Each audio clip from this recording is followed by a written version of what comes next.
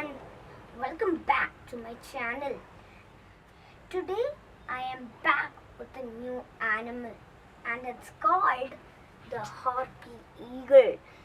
And the Harpy Eagle is in blue and white color.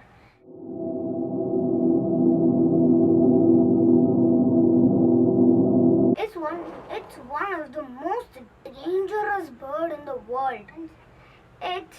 And its favorite food are sloths and monkeys. It's the national bird of Panama. A harpy eagle builds a very large nest and it lays large eggs in those nests. A harpy eagle is not just an eagle, it's a special kind of eagle and it's also called as royal hawk. Thanks for watching. I'll be back with a new animal in my next video. Bye bye.